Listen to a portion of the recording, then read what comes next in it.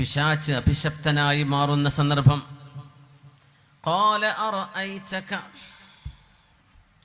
അവൻ പറഞ്ഞു, അല്ലാഹുവിനോട് പറഞ്ഞു, ഹാദല്ലദീ കറംത അലൈ, എന്നെക്കാളും സ്ഥാനം നൽകി നീ ആദരിച്ച ഈ മനുഷ്യൻ ആദം നബി അലൈഹിസ്സലാം, ലഇൻ അഖർതനി ഇലാ യൗമിൽ ഖിയാമ,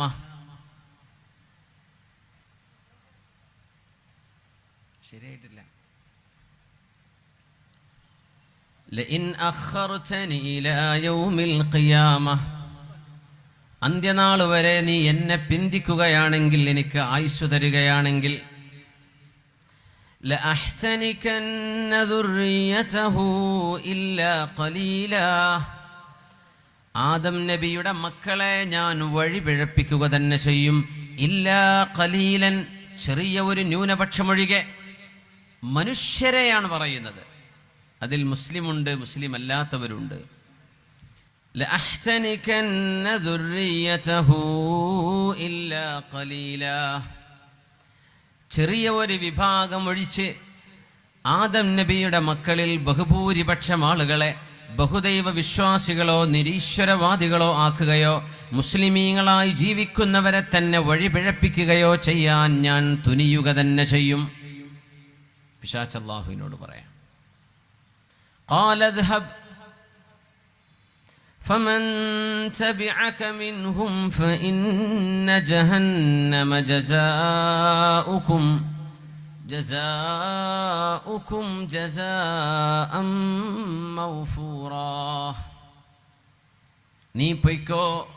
ഫമൻ തബിഅക മിൻഹും, ആരൊക്കെയാണോ നിന്നെ പിൻപറ്റുന്നത്, ഫഇന്ന ജഹന്നമ ജസാഉകും, നരകം നിങ്ങളുടെ പ്രതിഫലമായിരിക്കും.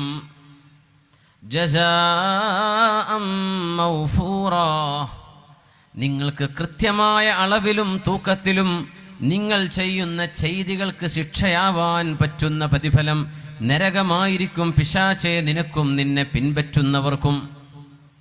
അല്ലാഹു മറുപടി കൊടുത്തു,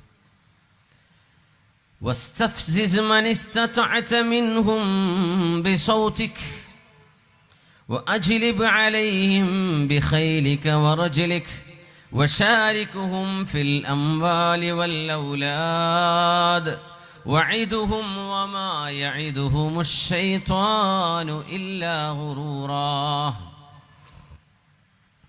واستفزز من استطعت منهم, പിശാചേ, നിനക്ക് കഴിയുന്നവരെ മുഴുവനും നിന്റെ ശബ്ദം ഉപയോഗിച്ചുകൊണ്ട് നീ നിനക്ക് വഴിപ്പെടുത്താൻ നിനക്ക് ശ്രമിക്കാം. നീയൊന്ന് ശ്രമിച്ചു നോക്ക്.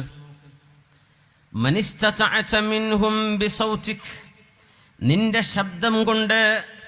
ഏതാണ് പിശാചിന്റെ ശബ്ദം? നിന്റെ ശബ്ദം കൊണ്ട് നിനക്ക് വേണ്ടവരെ മുഴുവൻ നീ വശീകരിച്ചേക്കുക. وأجلب عليهم بخيلك ورجلك وشاركهم في الأموال والأولاد, നീ നിന്റെ ആയുധങ്ങളോ നിന്റെ വാഹനങ്ങളോ നിന്റെ എല്ലാ സൗകര്യങ്ങളും ഉപയോഗിച്ചുകൊണ്ട് നീ നിന്റെ ആളുകൾക്കിടയിൽ ഉറക്കെ വിളിച്ചു പറയുക, വിളംബരം ചെയ്യുക. വശാരികുഹും ഫിൽ അംവാലി വൽ ഔലാദ്, മനുഷ്യരുടെ മക്കളിലും സമ്പത്തിലും നിനക്ക് വേണമെങ്കിൽ ഇടപെടാം. വഇദുഹും, നീ അവർക്ക് വേണ്ട വിധത്തിൽ സുമോഹന വാഗ്ദാനങ്ങളൊക്കെ ചെയ്തോ. വമാ യഇദുഹുമുശ് ശൈത്വാനു ഇല്ലാ ഗുറൂറാ, പിശാച് മനുഷ്യന് വാഗ്ദത്തം ചെയ്യുന്നത് മരീചിക പോലെ വഞ്ചന മാത്രമാണ് എന്ന് പരിശുദ്ധമായ ഖുർആൻ. വസ്തഫ്സിസ് മൻ ഇസ്തതഅത മിൻഹും ബിസൗതിക്, എന്താണ് അല്ലാഹു ഇവിടെ ഉദ്ദേശിക്കുന്നത്? എന്താണ് അല്ലാഹു നമ്മളോട് പറയുന്നത്? പിശാചിന്റെ ശബ്ദം കൊണ്ട് പിശാചിനോട് അവൻ ആഗ്രഹിക്കുന്ന ആളുകളെ നീ വഴിപിഴപ്പിക്കാൻ നിനക്ക് ശ്രമിക്കാം എന്ന് അല്ലാഹു പിശാചിനോട് പറയുമ്പോൾ പിശാചിന്റെ സൗത്ത് എന്താണ്? മുഫസ്സിരീങ്ങൾ അതിന് കൊടുത്ത അർത്ഥം എന്താണ്? ഒരു ഹദീസ് കൂടെ പറയട്ടെ. ഇമാം ത്വബറാനി മഹാനായ ഇബ്നു അബി ദുനിയെ പോലെയുള്ള പ്രഗൽഭരായ ഹദീസ് പണ്ഡിതന്മാർ റിപ്പോർട്ട് ചെയ്യുന്നു അനിബ്നു അബ്ബാസ് റളിയല്ലാഹു അൻഹുമാ, ഇബ്നു അബ്ബാസ് റളിയല്ലാഹു അൻഹുമയിൽ നിന്ന് ഉദ്ധരിക്കപ്പെടുന്ന ഹദീസ്. ഇതിന് സമാനമായ ശവാഹിദുകളായ ഹദീസുകൾ സുനനിന്റെ ഹദീസിന്റെ ഗ്രന്ഥങ്ങളിലുണ്ട്. സ്വീകാര്യയോഗ്യമായ ഹദീസാണത്. ഫി ദറജത്തിൽ ഖബൂൽ എന്ന അലിമീങ്ങൾ ഹദീസ് പണ്ഡിതന്മാർ പറഞ്ഞ ഹദീസ്. ഇന്ന ഇബ്ലീസ് ലമ്മാ നസല ഇലൽ അർള്, പിശാച് ഭൂമിയിലേക്ക് ഇറങ്ങിയപ്പോ വതറദഹുല്ലാഹ്, അല്ലാഹു അവനെ ആട്ടിയോടിക്കുകയും ചെയ്തപ്പോ ഖാല, അവൻ ചോദിച്ചു അല്ലാഹുവിനോട്, വജഅൽതനി റജീമൻ യാ റബ്ബ് അൻസൽതനി ഇലൽ അർളി വജഅൽതനി റജീമൻ, നീ എന്നെ ഭൂമിയിലേക്ക് ഇറക്കുകയും എന്നെ അഭിശപ്തനാക്കി മാറ്റുകയും ചെയ്തുവല്ലോ. പിശാച്ചിനെ ആരാധിക്കുന്ന ആളുകളുണ്ട് ലോകത്ത്. പിശാച്ച് സേവ ചെയ്യാം, അവർക്കറിയാം ഇത് പിശാച്ചാണെന്ന്. ഡെവിൽസ്, ചെറുപ്പക്കാരൊക്കെ ചില സ്പോർട്സ് കാറൊക്കെ വാങ്ങിച്ചിട്ട് ബാക്കിൽ ഡെവിൽസ് എന്ന് എഴുതും. ചില ടീഷർട്ടിന്റെ ബാക്കിൽ ഡെവിൽസ്. എന്താ ഈ ഡെവിൽസ് എന്ന് പറഞ്ഞാൽ? പിശാച്ച്. ഞാൻ ശൈത്താനായി പറയുന്ന അർത്ഥം. യുഫോ, ബാഡ് ബോയ്സ്, ഇതൊക്കെയാണ് നമ്മളെ കുട്ടികളുടെ പുതിയ പുതിയ ട്രെൻഡ് പേരുകൾ. സുബ്ഹാനല്ലാഹ്, അല്ലാഹു കാത്ത് രക്ഷിക്കട്ടെ. പിശാച്ചിനെ ആരാധിക്കുക, കുറച്ചൊക്കെ ഇവിടെ അവൻ സഹായം ചെയ്യും. പിശാചുക്കൾക്ക് മനുഷ്യരെ സഹായിക്കാൻ പറ്റും ചില വിഷയങ്ങളിൽ. അത് വെച്ചിട്ട് പിശാച്ച് സേവ ചെയ്യുക, അവൻ പറയുന്നതൊക്കെ ചെയ്യാം. പിശാചു റബ്ബിനോട് ചോദിച്ചു. നബി തങ്ങൾ പറയുന്നു സല്ലല്ലാഹു അലൈഹി വസല്ലമ തങ്ങൾ പറയുന്നു, ഹബീബായ നബി തങ്ങളിൽ നിന്ന് ഉദ്ധരിക്കപ്പെടുന്ന ഹദീസാണിത്. ഫജ്അൽ ലീ ബൈതൻ, എനിക്കൊരു വീട് വേണം. എന്നെ ഭൂമിയിലേക്ക് നീ ഓടിച്ചില്ലേ സ്വർഗത്തിൽ നിന്ന്, എനിക്ക് ഭൂമിയിൽ താമസിക്കാനൊരു വീട് വേണം പടച്ചവനെ. അവൻ കുറച്ച് ചില ഡിമാൻഡുകൾ വെക്കുകയാണ് അല്ലാഹുവിനോട്, എനിക്ക് വീട് വേണം. ഖാല ബൈതുകൽ ഹമ്മാം, നിന്റെ വീട് എല്ലാ ടോയ്ലറ്റുകളുമാണ്. പിശാചിന്റെ വീട് ടോയ്ലറ്റാണ്. കുളിക്കാൻ കയറിയാൽ 2 മണിക്കൂറൊക്കെ എടുത്ത് കുളിക്കുന്ന വസ്വാസുള്ള പെണ്ണുങ്ങളും ആണുങ്ങളും ഒക്കെ ആലോചിക്കുക, പിശാചിന്റെ വീട്ടിലാണ് ചെലവഴിക്കുന്ന അത്രയും നേരമെന്ന്. വേഗം പണി കഴിച്ച് പോരാൻ നോക്കല്ലാണ്ട് അവിടെ സമയം ചെലവഴിക്കാതിരിക്കാൻ. പിശാചിന്റെ വീടാണത്. അതുകൊണ്ടാണ് നബി തങ്ങൾ അങ്ങോട്ട് കയറുമ്പോൾ ദുആ ചൊല്ലാൻ വേണ്ടി പറഞ്ഞത്. അല്ലാഹുമ്മ ഇന്നി അഊദു ബിക മിനൽ ഖുബ്സി വൽ ഖബായിസ്, അല്ലാഹുവേ ആൺപിശാചുക്കളിൽ നിന്നും പെൺപിശാചുക്കളിൽ നിന്നും ഞാൻ നിന്നോട് കാവൽ ചോദിക്കുന്നു റബ്ബേ എന്ന് പ്രാർത്ഥിക്കാൻ പറഞ്ഞിട്ടുണ്ട്. ടോയ്ലറ്റിൽ കയറുമ്പോൾ നമ്മൾ ദുആയിരക്കണം, മക്കളെ ദുആയിരപ്പിക്കാൻ പഠിപ്പിക്കണം. അതുകൊണ്ട് ടോയ്ലറ്റിലൊക്കെയാണ് വലിയ വലിയ വിപ്ലവങ്ങളൊക്കെ എഴുതി വെക്കുക. പബ്ലിക് ടോയ്ലറ്റുകളിൽ, എയർപോർട്ടിൽ, ട്രെയിനിൻ്റെ ടോയ്ലറ്റിൽ, മുനിസിപ്പാലിറ്റി ടോയ്ലറ്റുകളിൽ വലിയ വിപ്ലവ എന്താ പറയുക, വലിയ വലിയ വർത്തമാനങ്ങളൊക്കെ അവിടെ പോയിട്ട് എഴുതി വെക്കും. തുറന്നു പറയാൻ ധൈര്യമില്ലാത്തവരൊക്കെ അവിടെയാണ് മലീമസമായ രീതിയിലുള്ള ഡ്രോയിങ് ഉണ്ടാക്കി വെക്കുക. സ്കൂളിലും കോളേജുകളിലൊക്കെ ഈ ദിക്ർ ചൊല്ലാണ്ട് കയറുമ്പോൾ വരുന്ന അപകടമാണ്. അപ്പോൾ പിശാച് തലയിൽ കയറി കളിക്കും. അപ്പോൾ അവൻ എന്തൊക്കെ വരച്ചു വെക്കാൻ തോന്നും, എന്തൊക്കെ എഴുതി വെക്കാൻ തോന്നും. അള്ളാഹു കാത്ത് രക്ഷിക്കട്ടെ. എനിക്കൊരു വീട് വേണമെന്ന് പറഞ്ഞപ്പോൾ അള്ളാഹു പറയുന്നു ബൈതുകൽ ഹമ്മാം, നിന്റെ വീട് നീ വസിക്കുന്ന സ്ഥലം ടോയ്ലറ്റുകളാണ്. പിന്നെ പറഞ്ഞു ഇജ്അൽ ലീ മജ്ലിസൻ, എനിക്ക് മജ്ലിസ് വേണം, പോയിരിക്കാൻ ആളുകളുടെ കൂടെ ഇരിക്കേണ്ട ഒരു മജ്ലിസ് വേണ്ടേ. എൻ്റെ മജ്ലിസ് ഏതാണ്? പിശാചിന്റെ മജ്ലിസ് ഏതാണ്? ഖാല മജാലിസുകൽ അസ്വാഖ്, നിന്റെ മജ്ലിസുകൾ അങ്ങാടികളാണ്, മാർക്കറ്റുകളാണ്, ഷോപ്പിംഗ് മാളുകളാണ്. പിശാചിന്റെ ഇടം അതാണ്. അങ്ങാടിയിലേക്ക് വരുമ്പോൾ ഒരു ദുആ ചൊല്ലണം എന്നാണ്. 10 ലക്ഷമാണ് അതിന്റെ പ്രതിഫലം എന്ന് നബിയുനാ റസൂലുള്ളാഹി സ്വല്ലല്ലാഹു അലൈഹി വസല്ലം. അൽഫ് ഹസന. ലാ ഇലാഹ ഇല്ലല്ലാഹ് വഹ്ദഹു ലാ ശരീക ലാ ലഹുൽ മുൽക്കു വലഹുൽ ഹംദ് യുഹ്യി വയുമീതു വഹുവ ഹയ്യുൻ ലാ യമൂതു ബിയദിഹിൽ ഖൈർ വഹുവ അലാ കുല്ലി ഷൈഇൻ ഖദീർ. അത് ചൊല്ലിയിട്ടാണ് ഷോപ്പിംഗ് മാളിലേക്ക് കയറാവൂ, മാർക്കറ്റിലേക്ക് കയറാവൂ എന്ന് റസൂലുള്ളാഹി സ്വല്ലല്ലാഹു അലൈഹി വസല്ലം. ദുആഉ സൂഖ് അങ്ങാടിയിലേക്ക് കയറുമ്പോഴുള്ള ദുആ എന്നാണ് ഇതിനർത്ഥം. എന്താണെന്നറിയോ? ഒരു ഷോപ്പിംഗ് മാളിൽ കയറി ഇറങ്ങി വരുന്ന സമയത്ത് നമ്മുടെ മനസ്സുകളിൽ തോന്നുന്ന ചിന്തകൾ.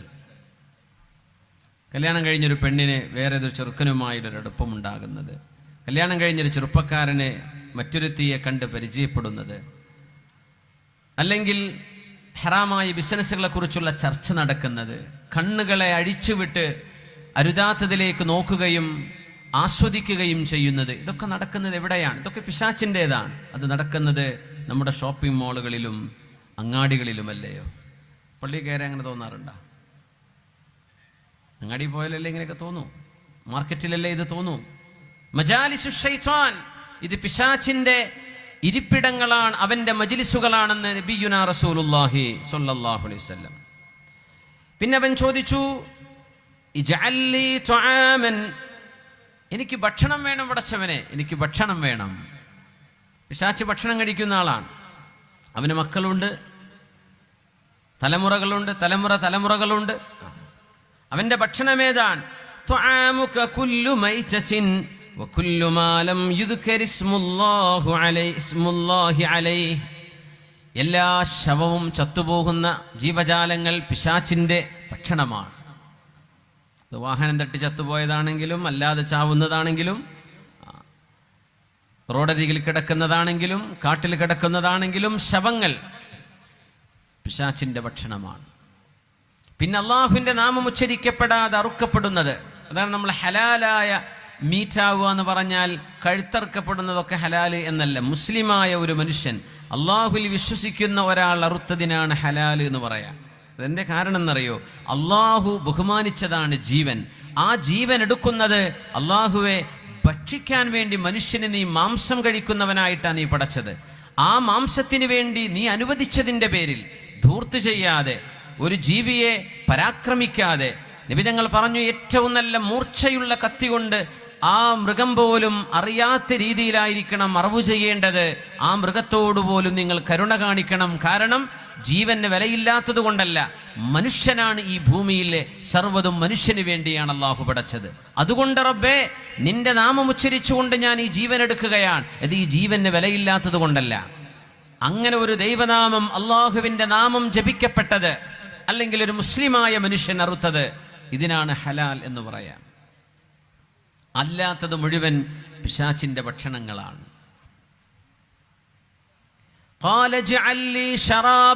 അപ്പൊ കുടിക്കാൻ അവിടച്ചവനെ, എനിക്ക് വെള്ളം കുടിക്കാൻ പാനീയങ്ങൾ വേണല്ലോ, അതെന്താ?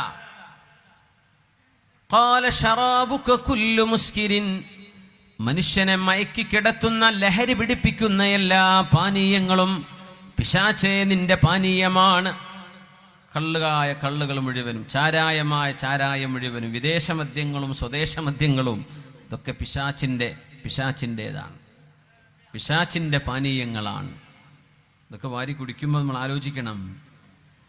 ഇജ്അല്ലി മുഅദ്ദിനൻ, പടച്ചവനെ എന്നെ ആരാധിക്കാനും എനിക്ക് വഴിപ്പെടാനും ആളുകളെ വിളിച്ചറിയിക്കാൻ എനിക്കൊരു മുഅദ്ദിൻ വേണം, എനിക്കൊരു മുല്ലാക്ക വേണം, എനിക്കൊരു വാങ്കുവിളി വേണം, എനിക്കൊരു മുഅദ്ദിന് വേണം എൻ്റെ വിഷയങ്ങൾ വിളിച്ചറിയിക്കാൻ. ഞാൻ ഇവിടെ വന്നിട്ടുണ്ട് നിസ്കാരത്തിന് ഹാജരാവാൻ, നിസ്കാരം നേരമായി എന്നറിയാനാ മുഅദ്ദിൻ വാങ്ക് വിളിക്കുന്നത്.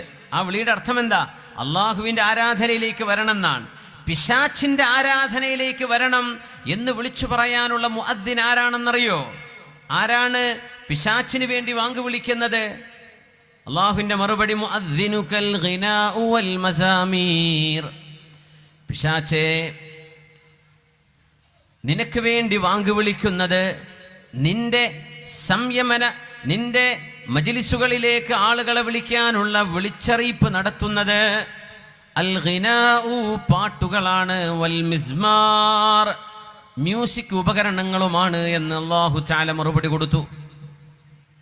അനാവശ്യമായ പാട്ടുകള് വാക്കുകളെ പോലെയാണ്. ഹസനുഹു ഹസനുൻ വഖബീഹുഹു ഖബീഹുൻ.